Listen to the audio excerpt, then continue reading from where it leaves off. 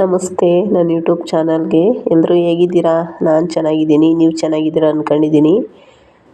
ನಾನು ಈ 3 ದಿವಸದಿಂದ ವಿಡಿಯೋ ಮಾಡಿರಲಿಲ್ಲ, ದಯವಿಟ್ಟು ಕ್ಷಮೆ ಇರಲಿ.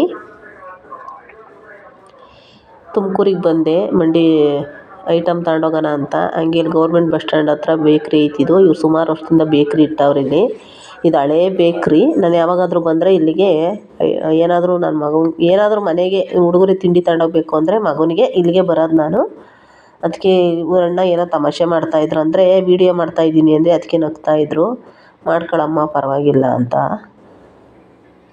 ಅಲ್ಲಿಂದ ಬಂದೆ ಮನೆಗೆ ಬಂದೆ. ಇವತ್ತು ನಾನು 11 ಗಂಟೆಗೆ ಮನೆ ಬಿಟ್ಟಿದ್ದು. 11 ಗಂಟೆಯಿಂದ ಬಸ್ ಬರಲಿಲ್ಲ. ಎಷ್ಟೊತ್ತಾದರೂ ನಾವಿರತ್ತವ. ಹಂಗಾಗಿ 12:15 ಹೋದೆ ತುಮಕೂರಿಗೆ. ಹೋಗಿ ಪೋಸ್ಟ್ ಆಫೀಸ್ಗೆ ಹೋಗಿ ದುಡ್ಡು ಎತ್ಕೊಂಡು ಮಂಡಿಪೇಟೆಗೆ ಹೋಗಿ ಮತ್ತು ಐಟಮ್ ಎಲ್ಲ ತಗೊಂಡು ಹಂಗೆ ಮಾರ್ಕೆಟ್ಗೆ ಹೋಗಿ ಐಟಮ್ ಎಲ್ಲ ತಗೊಂಡು ಬರುವಾಗ ಬಿಸಿಲು ಸಿಕ್ಕಾಪಟ್ಟೆ ಬಿಸಿಲಿತ್ತು ಹೊರ್ಗಡೆ. ಹಂಗಾಗಿ ನನಗೆ ಯಾಕೋ ಇದು ಸ್ವಲ್ಪ ತಲೆನೋವು ಜಾಸ್ತಿ ಆಗೋಯಿತು ಬಿಸಿಲಿಗೆ. ಅಂದರೆ ಬೆಳಗಿಂದ ಏನು ಒಟ್ಟಿಗೆ ಏನು ತಿಂದಿರಲಿಲ್ಲ ನಾನು. ಎಲ್ಲ ತಗೊಂಡು ಬರೋಷ್ಟೊತ್ತಿಗೆ 3:45 4 ಗಂಟೆ ಹೋಗೋಯ್ತು ಟೈಮು. ಹಂಗಾಗಿ ಹೊಟ್ಟೆಗೇನು ತಿಂದಿರಲಿಲ್ಲ. ಒಂದು ಸ್ವಲ್ಪ ಟೀ ಕುಡ್ದೋಗಿದ್ದಿದ್ದು ಅಷ್ಟೇ. ನಾನು ಕೆಲಸ ಮುಗಿಸ್ಕೊಂಡು ಬಂದು ಮನೆ ಕೆಲಸ ಮಾಡಿ ಮತ್ತು ಟೀ ಕುಡ್ದೋಗಿದ್ದಿದ್ದು ಅಷ್ಟೇ, ಏನೂ ತಿಂದಿರಲಿಲ್ಲ. ಅದಕ್ಕೆ ಒಂಥರ ಸುಸ್ತಾದಂಗೆ ಆಯ್ತು. ಹಂಗೆ ಒಂದು 10 ನಿಮಿಷ ಕೂತ್ಕೊಂಬಿಟ್ಟೆ. ಸೊಕ್ಕದಂಗೆ ಆಗ್ಬಿಡುತ್ತೆ ಬಿಸಿಲಿಗೆ. ಅದಕ್ಕೂ ನೋಡಿ ಇಷ್ಟೆಲ್ಲ ಐಟಮ್ ತಗೊಂಬಂದೆ. ಇದು ಕಡಲೆಬೇಳೆ ಎಲ್ಲ ನಾನು ಟೋಟಲ್ ಬಿಲ್ ಹಾಕಿಸ್ಬಿಡ್ತೀನಿ. ನಾನೇನು ಇಷ್ಟೇ ರೈಟು ಅಂತೇನು ಕೇಳೋಕ್ಕೆ ಹೋಗಲ್ಲ. ನನಗೇನೇನು ಬೇಕೋ ಎಲ್ಲ ಮನೆಗೆ ತಗೊಂಡು ಟೋಟಲ್ ಬಿಲ್ ಹಾಕಿಸ್ತೀನಿ. ಮೊನ್ನೆ ಬೇರೆ ತಂದಿದ್ದೆ ಎಲ್ಲ ಬೆಲ್ಲ ಮೈದಾ ಎಲ್ಲ. ಹಂಗಾಗಿ ಅದೆಲ್ಲ ಏನೂ ತರಲಿಲ್ಲ ನಾನು. ಸ್ವಲ್ಪ ಇವಾಗ ಮನೆ ತಂದಿರೋದಕ್ಕಿಂತ ಒಂದು ಸ್ವಲ್ಪ ಕಮ್ಮಿ ತಂದೆ ಇವಾಗ. ಹಂಗೆ ಮಾರ್ಕೆಟ್ಗೆ ಹೋದರೆ ಹೂವು ಸ್ವಲ್ಪ ಕಮ್ಮಿ ಸಿಗುತ್ತೆ ಅಂದ್ಬಿಟ್ಟು ಮಾರ್ಕೆಟ್ಗೆ ಹೋದೆ. ಅರ್ಶಿನ ಕುಂಕುಮ ಎಲ್ಲ ಖಾಲಿಯಾಗಿತ್ತು, ಅದನ್ನು ಹಂಗೆ ತಗೊಂಬಂದೆ. ಧೂಪ ಅದೆಲ್ಲ ಸ್ವಲ್ಪನೇ ಅಂದರೆ ಮಾರ್ಕೆಟ್ಗೆ ಹೋಗಿ ಹಂಗೆ ತರಕಾರಿ ಅದೆಲ್ಲ ತಗೊಂಡು ಹೂವುಗಳ್ನ ತಗೊಂಡು, ಹೂವು ಅಂದರೆ ತುಳಸಿ ಪತ್ರೆ, ಸೇವಂತಿಗೆ ಒಂದು ಮಾರು, ತುಳಸಿ ಪತ್ರೆ ಒಂದು ಮಾರು ತಗೊಂಬಂದೆ. ಮತ್ತು ಇದು ಧೂಪದ್ದು ತಗೊಂಬಂದೆ. ಇದು ಧೂಪದ್ದು ಅಂದರೆ ನಂಗೆ ತುಂಬ ಇಷ್ಟ. ಇದು ಅದಕ್ಕೆ ದೇವ್ರ ಮುಂದೆ ಹಚ್ಚಿದ್ರೆ ಚೆನ್ನಾಗಿ ಸ್ಮೆಲ್ ಚೆನ್ನಾಗಿ ಬರುತ್ತಿದ್ರಲ್ಲಿ, ಅದಕ್ಕೆ ನನಗಿಷ್ಟ. ಅದಕ್ಕೆ ಇದನ್ನೇ ತಂದೆ.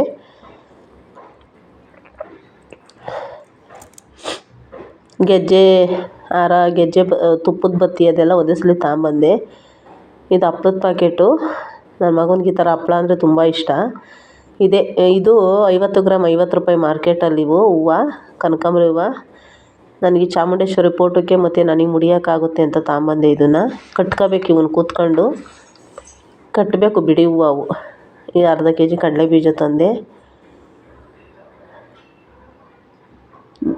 ನಿಜವಾಗ್ಲೂ ಯಾರು ಏನು ಅಂದ್ಕೊಂತೀರೋ ನಂಗೆ ಗೊತ್ತಿಲ್ಲ. ಈ ಬಿಸಿಲಲ್ಲಿ ಮಾರ್ಕೆಟಲ್ಲಿ ಮತ್ತು ಮಂಡಿಪೇಟೆಯಲ್ಲಿ ನಾನು ವೀಡಿಯೋ ಮಾಡಿಲ್ಲ. ಯಾರು ಯಾಕೆ ಮಾರ್ಕೆಟಲ್ಲಿ ವೀಡಿಯೋ ಮಾಡಿಲ್ಲ ಅಂದ್ಕೋಬೇಡ್ರಿ. ಮಾರ್ಕೆಟಲ್ಲಂತೂ ಕಾಲಿಕ್ಕಕ್ಕೆ ಜಾಗ ಇರಲಿಲ್ಲ. ಆಮೇಲೆ ನನಗೆ ಬ್ಯಾಗ್ ಒಂದು ಕೈಲಿ ಮತ್ತು ಆ ಕೈಲಿ 2 ಕೈಲಿ ಬ್ಯಾಗ್ ಇಟ್ಕೊಂಡು ಮೊಬೈಲ್ ಇಟ್ಕೊಂಡು ವೀಡಿಯೋ ಮಾಡ್ಕೊಂಬರೋಕ್ಕಾಗಲಿಲ್ಲ. ಹಂಗಾಗಿ ಸಿಕ್ಕಾಪಟ್ಟೆ ಜನ. ಅದಕ್ಕೆ ನಾನು ವೀಡಿಯೋ ಮಾಡೋಕ್ಕೆ ಹೋಗಲಿಲ್ಲ. ಮಂಡಿಪೇಟೆಯಲ್ಲೂ ನಾನು ವೀಡಿಯೋ ಮಾಡೋಕ್ಕಾಗಲಿಲ್ಲ. ಅದಕ್ಕೆ ಮನೇಲಿ ಬಂದು ಮಾಡ್ತಾಯಿದ್ದೀನಿ ವೀಡಿಯೋನ. ಅಂದರೆ ಆ ಜನದಲ್ಲಿ ಓಡಾಡೋಕ್ಕಾಗಲ್ಲ, ಸಿಕ್ಕಾಪಟ್ಟೆ ಜನ, ಬಿಸಿಲು. ಆಮೇಲೆ ಹೂವುಗಳು ಅಷ್ಟೇ, ಬಿಸಿಲಿಗೆಲ್ಲ ಹೂವು ಏನು ಚೆನ್ನಾಗಿರಲಿಲ್ಲ. ಎಲ್ಲ ಒಂಥರ ಬಾಡ್ದಂಗೆ ಆಗಿದ್ವು ಹೂವುಗಳು. ಏನು ಅದು ಸಖತ್ತು ಜನ ಅಂದರೆ ಜನ. ನಮ್ಮ ಮಾರ್ಕೆಟಲ್ಲಿ ಸಿಕ್ಕಾಪಟ್ಟೆ ಜನ. ಇದು 2 kg ಎಣ್ಣೆ ಸಂದ್ರುಚಿ ಖಾಲಿಯಾಗಿಬಿಟ್ಟಿತ್ತು. ಸ್ವಲ್ಪ ಇತ್ತು, ಒಂದು ಅರ್ಧ kg ಅಷ್ಟಿತ್ತು ಅಷ್ಟೇ, ತಗೊಂಬಂದೆ. ಇದು 30 ರೂಪಾಯಿ ತೂಕ ಟೊಮೊಟೊ ತಗೊಂಬಂದೆ. ಇದು ಮಾರ್ಕೆಟಿಗೆ ಇಷ್ಟು ತರಕಾರಿ ತರೋಷ್ಟೊತ್ತಿಗೆ ನಾನು ಮಾರ್ಕೆಟಲ್ಲಿ ನನಗೆ ಕೈಯೆಲ್ಲ ಒಂಥರ ಸೋತೋದಂಗೆ ಆಗ್ಬಿಟ್ವಿ ಇವತ್ತು ಬಿಸಿಲಿಗೂ. ಅದಕ್ಕೂ ಇದು 30 ರೂಪಾಯಿ ಕಟ್ಟು. ಇಷ್ಟು ತರಕಾರಿ ಹಿಡ್ಕೊಂಡು ಬರೋಷ್ಟೊತ್ತಿಗೆ ಕೆಮ್ಮು ಬೇರೆ ನನಗೆ ಸ್ವಲ್ಪ. ಅಲ್ಲಿ ದೇವಸ್ಥಾನಗಳಲ್ಲೆಲ್ಲ ನೀರು ಕುಡಿದು ಕೆಮ್ಮು ಬೇರೆ ಜಾಸ್ತಿ ಆಗಿಬಿಟ್ಟಿತ್ತು. ಅದಕ್ಕೂ ನಂಗೆ ನಿಲ್ಲಕ್ಕಾಗ್ತಿರ್ಲಿಲ್ಲ. ಅಂಥದ್ರಲ್ಲೂ ತಗೊಂಬಂದೆ. ಯಾಕಂದರೆ ಇವಾಗ ನಾನು ಬಿಟ್ಟರೆ ಮನೇಲಿ ಐಟಮ್ ತರೋರು ಯಾರೂ ಇಲ್ಲ. ನನ್ನ ಮಗಂಗೆ ಜವಾಬ್ದಾರಿ ಬರೋವರೆಗೂ ನಾನೇ ಮಾಡ್ಕೋಬೇಕು ಈ ಥರದ ಕೆಲಸ ಎಲ್ಲ. ಅವ್ನಿಗಂದರೆ ಈಗಲೇ ನಾನು ಜವಾಬ್ದಾರಿ ಕೊಡೋಲ್ಲ. ಇನ್ನೊಂದು 10 ವರ್ಷ ಅವನಿಗೆ ನನ್ನ ಕೈಲಾಗೋವರೆಗೂ ಅವ್ನಿಗೆ ನಾನು ಜವಾಬ್ದಾರಿ ಕೊಡೋಲ್ಲ. ನನ್ನ ಕೈಲಾಗೋ ತನಕ ನಾನೇ ಮಾಡ್ಕೊತೀನಿ. ಅವ್ನಿಗೇನು ಜವಾಬ್ದಾರಿ ಕೊಡೋಕ್ಕಲ್ಲ. ಯಾಕಂದರೆ ಮಕ್ಕಳಿಗೆ ಬೇಗ ಜವಾಬ್ದಾರಿ ಕೊಡೋಕ್ಕೆ ಹೋಗಬಾರ್ದು. ಅವ್ರಿಗೆ ದುಡ್ಡು ಕಾಸಿನ ವ್ಯವಹಾರಗಳನ್ನು ಜಾಸ್ತಿ ತೋರ್ಸೋಕೆ ಹೋಗ್ಬಾರ್ದು. ನಮ್ಮ ಕೈಲಾಗೋ ತನಕ ನಮ್ಮ ಕೈಲೇ ಇರ್ಕೋಬೇಕು. ಆಮೇಲೆ ಅವ್ರಿಗೆ ದುಡ್ಡು ಬೆಳ್ಸೋಕ್ಕೂ ಬರೋಲ್ಲ. ನಾವೇನಾದರೂ ಬೇಗ ಜವಾಬ್ದಾರಿ ಕೊಟ್ಬಿಟ್ರೆ ಹೆಂಗಂದ್ರೆ ಹಂಗೆ ಖರ್ಚು ಮಾಡಿಬಿಡೋದು. ಆಮೇಲೆ ಅವ್ರಿಗೆ ಉಳಿಸ್ಬೇಕು ಅನ್ನೋದು ಗೊತ್ತಾಗೋಲ್ಲ. ಅದಕ್ಕೋಸ್ಕರ ಮಕ್ಳ ಕೈಗೆ ಬೇಗ ನಾವು ಜವಾಬ್ದಾರಿನೇ ಕೊಡಬಾರ್ದು. ನಮ್ಮ ಜವಾಬ್ದಾರಿ ನಾವು ನಿಭಾಯಿಸ್ತಾ ಇರಬೇಕು ನಮ್ಮ ಕೈಲಾಗೋವರೆಗೂ. ನಮ್ಮ ಕೈಲಾಗದಂಥ ಕಾಲಕ್ಕೆ ಅವ್ರ ಕೈಗೆ ಕೊಡಬೇಕಷ್ಟೇ. ಅದಕ್ಕೆ ನಾನು ನನ್ನ ಮಗನಿಗೇನು ಹೇಳೋಕ್ಕೋಗಲ್ಲ, ನಾನೇ ಎಲ್ಲ ಮಾಡ್ಕೊತೀನಿ.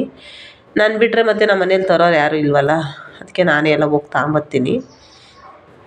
ತಂದು ಎಲ್ಲ ಈ ಥರ ಇಟ್ಕೊಂಬಿಡ್ತೀನಿ. ಅಂದರೆ ಮಾರ್ಕೆಟ್ಗೆ ಹೋದರೆ ಸ್ವಲ್ಪ ತರಕಾರಿ ತರ್ಬೋದು. ಯಾಕಪ್ಪ ಅಂದರೆ ಮಾರ್ಕೆಟಲ್ಲಿ ರೇಟು ಕಮ್ಮಿ ಐತೆ ತರಕಾರಿ. ಆಮೇಲೆ ನಮ್ಗೆ ಎಷ್ಟು ಬೇಕೋ ಅಷ್ಟೆಲ್ಲ ಮಾರ್ಕೆಟಲ್ಲಿ ತರ್ಬೋದು ತರಕಾರಿ. ನಾವು 500 ರೂಪಾಯಿ ತಗೊಂಡೋದ್ರೂ ಒಂದು 300 ರೂಪಾಯಿ ತರಕಾರಿ ತರ್ಬೋದು. ಏನು ತರಕಾರಿಗೇನು ಇದಿಲ್ಲ ಮಾರ್ಕೆಟಲ್ಲಿ.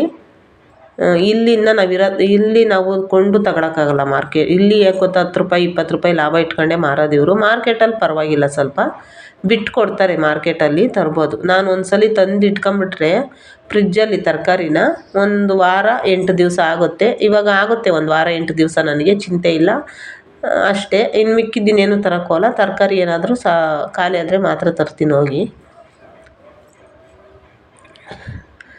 ಇದೆಲ್ಲ ತಂದು ಇವಾಗೆಲ್ಲ ಜೋಡಿಸ್ಕೊತಾ ಇದ್ದೀನಿ. ನಾನು ಇನ್ನೊಂದು ಹೇಳ್ತೀನಿ, ಯಾರಿಗೆಲ್ಲ ನನ್ನ ವಿಡಿಯೋ ಇಷ್ಟ ಆಗುತ್ತೆ ಅವರೆಲ್ಲ ಲೈಕ್ ಮಾಡಿ, ಶೇರ್ ಮಾಡಿ, ಸಬ್ಸ್ಕ್ರೈಬ್ ಮಾಡ್ಕೊಂಡು ನೋಡಿ. ಏನಾದರೂ ನಿಮ್ಮ ಮನಸ್ಸಲ್ಲಿ ಅಭಿಪ್ರಾಯ ಇದ್ದರೆ ಕನ್ನಡದಲ್ಲಿ ಕಮೆಂಟ್ ಮಾಡಿ.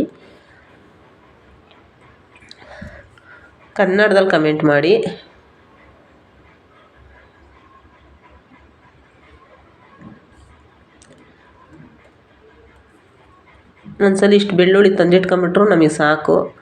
ನಮಗೆ ಇನ್ನೂ ಒಂದೇನು ಗೊತ್ತಾ, ನಾವಿರೋರು ಇಬ್ಬರಲ್ವ, ಹಂಗಾಗಿ ನಮ್ಮ ಕಾಳುಗಳೂ ಏನು ಬೇಗ ಕಾಳುಗಳು ಖಾಲಿ ಆಗೋಲ್ಲ. ಹಂಗಾಗಿ ನನಗೆ ಕಾಳಿಂದೇನು ಇದಿಲ್ಲ, ಸಮಸ್ಯೆ ಇಲ್ಲ. ಕಾಳುಗಳೆಲ್ಲ ತಂದಿಟ್ಕೊಂಬಿಡ್ತೀನಿ. 2 ತಿಂಗಳಿಗೆ 3 ತಿಂಗಳಿಗೆ ಆಗುತ್ತೆ ಕಾಳುಗಳು. ನನಗೆ ಮದುವೆಯಾಗಿ ಹೊಸಬ್ನಲ್ಲಿ ನನಗೆ ಈ ಥರದ್ದೇನೂ ತರಕ್ಕೆ ಬರ್ತಿರ್ಲಿಲ್ಲ. ನಮ್ಮ ಅಪ್ಪರ ಮನೇಲೂ ಅಷ್ಟೇ, ನಾವೇನು ಜಾಸ್ತಿ ಐಟಮ್ ತರ್ತಿರ್ಲಿಲ್ವಲ್ಲ, ನಮ್ಮ ಅಮ್ಮನೇ ತಂದಾಕ್ಕೊಂಬಿಡೋರು. ಈ ಎಲ್ಲ ಜವಾಬ್ದಾರಿ ಬಂದಿದ್ದು ಮದುವೆ ಆಗಿ ಒಂದು 5-6 ವರ್ಷದ ಮೇಲೆ ನನಗೆ ಈ ಥರ ಜವಾಬ್ದಾರಿ ಬಂದಿದ್ದು. ಫಸ್ಟೆಲ್ಲ ನನಗೆ ಈ ಥರ ಜವಾಬ್ದಾರಿ ಇರಲಿಲ್ಲ. ಈಗೆಲ್ಲ ಕಲ್ತ್ಕೊಂಡಿದ್ದೀನಿ. ಪರವಾಗಿಲ್ಲ, ದೇವ್ರ ದಯೆ, ಎಲ್ಲ ಕಲ್ತ್ಕೊಂಡಿದ್ದೀನಿ.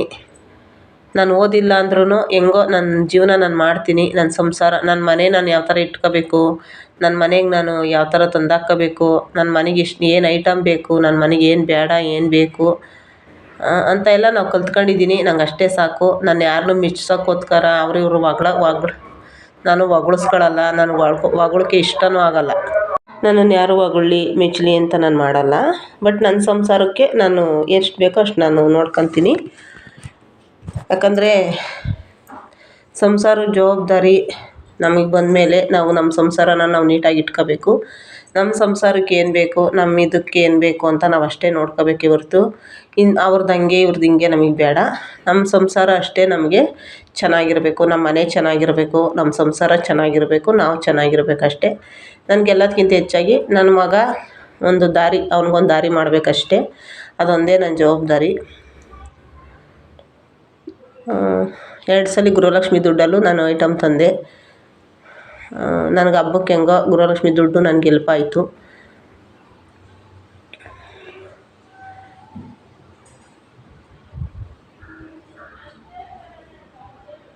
ಈ ಥರ ಎಲ್ಲ ಫ್ರಿಜ್ಜಲ್ಲಿ ಜೋಡಿಸ್ಕೊಂಬಿಡ್ತೀನಿ.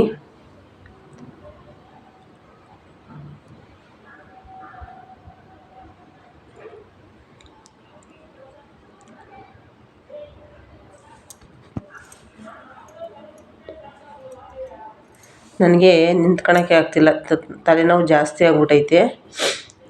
ಕೆಮ್ಮು ನೆಗಡಿ ಎಲ್ಲ ಇದ್ಕಿದ್ದಂಗೆ ನೆಗಡಿ ಆಗ್ಬಿಡ್ತೈತೆ. ಅಂದರೆ ನೀರಿನ ವ್ಯತ್ಯಾಸ ಅಷ್ಟೇ, ಇನ್ನೇನಿಲ್ಲ.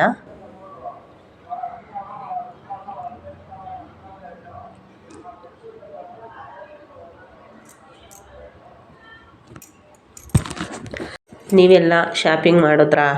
ಹಬ್ಬಕ್ಕೆಲ್ಲ ತಂದ್ರ ಐಟಮ್ಮು? ಯಾರ್ಯಾರೆಲ್ಲ ಹಬ್ಬಕ್ಕೆ ಐಟಮ್ ತಂದಿದ್ದೀರಾ?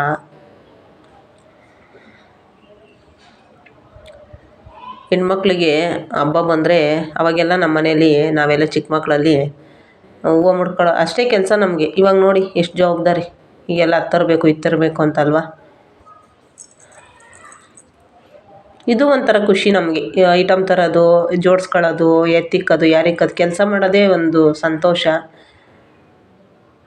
ನನಗಂತೂ ಬೇಜಾರಾಗಲ್ಲ ಕೆಲಸ ಮಾಡೋಕ್ಕೆ, ಯಾಕಂದರೆ ಮಾಡ್ತೀನಿ ನನಗೆ ಕೆಲಸನ. ನನಗೆ ಐಟಮ್ ತರೋದು, ಐಟಮ್ ಜೋಡಿಸೋದು ಮತ್ತು ಇಂಥದ್ದೆಲ್ಲ ತುಂಬ ಅಂದರೆ ತುಂಬ ಇಷ್ಟ ಕೆಲಸ ಮಾಡೋದಕ್ಕೆ. ನಾನು ಮಾಡ್ತೀನಿ ಕೆಲಸ. ಯಾರಿಗೆಲ್ಲ ಬೇಜಾರಾಗುತ್ತೋ ಏನೋ ಬೇಜಾರು ಮಾಡ್ಕೋಬಾರ್ದು ಇಂಥ ಕೆಲಸ. ಇದು ನಮ್ಮ ಮನೆ ಕೆಲಸ, ನನ್ನ ಬದುಕು, ನನ್ನ ಮನೆ, ನನ್ನ ಸಂಸಾರ ಅಷ್ಟೇ ನನಗೆ ಗೊತ್ತಿರೋದು, ಬೇರೆ ಇನ್ನೇನು ಗೊತ್ತಿಲ್ಲ. ಯಾರಿಗೆಲ್ಲ ನನ್ನ ವೀಡಿಯೋ ಇಷ್ಟ ಆಗುತ್ತೆ ಅವರೆಲ್ಲ ಸಬ್ಸ್ಕ್ರೈಬ್ ಮಾಡ್ಕೊಂಡು ನೋಡಿ, ಹಾಗೆ ಲೈಕ್ ಮಾಡಿ, ಶೇರ್ ಮಾಡಿ.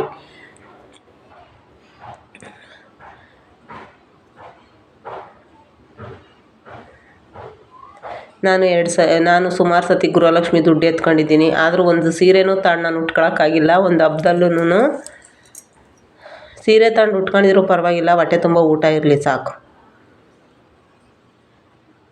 ಇರೋ ಸೀರೆಗಳೇ ಸಾಕು ನಮಗೆ, ಹೊಟ್ಟೆ ತುಂಬ ಊಟ ಇದ್ದರೆ ಸಾಕು.